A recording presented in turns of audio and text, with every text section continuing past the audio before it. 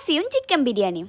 സംഭവം എന്താന്നല്ലേ, ഇന്നലെ ഞാൻ ഒരുക്കാൻ്റെ രസമുള്ളൊരു കമൻറ്റ് കണ്ടിരുന്നു. പ്രവാസിയാന്ന് വെള്ളിയാഴ്ച റൂമിൽ മെയിനാവാൻ വേണ്ടിയിട്ട് ഒരു ബിരിയാണി റെസിപ്പി പറഞ്ഞു തരാവോന്ന്. അത് മാത്രമല്ല വേറെയും കുറേ പേര് ചോദിച്ചൊരു റെസിപ്പിയാണ് ചിക്കൻ ബിരിയാണി. വെള്ളിയാഴ്ച ബിരിയാണി കഴിച്ചില്ലെങ്കിൽ ഇസ്ലാം ഒന്ന് പുറത്താവുമെന്നാണ് പ്രവാസികൾക്കിടയിലുള്ള ഒരു കമ്പി. ഇത് ഞാൻ ആദ്യമായിട്ട് കേൾക്കുന്നത് ഇൻ്റെ ഒരു പ്രവാസിയായ ഒരു ഫ്രണ്ടിൻ്റെ അടുത്ത് നിന്നാണ്. എന്നാൽ പിന്നെ എല്ലാവരും വരിവരിയായിട്ട് നിന്നോളി. ഇന്ന് നമ്മൾ ഉണ്ടാക്കാൻ പോകുന്ന ഐറ്റത്തിൻ്റെ പേരാണ് ചിക്കൻ ബിരിയാണി. പതിവ് പോലെ നോമിന്നെടുത്തത് ചിക്കൻ തന്നെയാണ്. അറിയാലോ, ഇവിടുത്തെ തമ്പ്രാന് ബീഫ് അങ്ങോട്ട് ദഹിക്കില്ല. എന്നാൽ പിന്നെ കുറച്ച് ചിക്കൻ എടുക്കുക, പൊരിക്കുക, ചോറിലിടുക, അങ്ങോട്ട് തിന്നുക. ഇനിയിപ്പോൾ ന്യൂ ജനറേഷൻ പ്രവാസിയാണെങ്കിൽ ഫുൾ വീഡിയോ ഞാൻ യൂട്യൂബിൽ അപ്ലോഡ് ചെയ്തേക്ക്. അപ്പം നാളെ വെള്ളിയാഴ്ചല്ലേ, അപ്പം കമൻറ്റ് ഇട്ടേക്കാക്ക.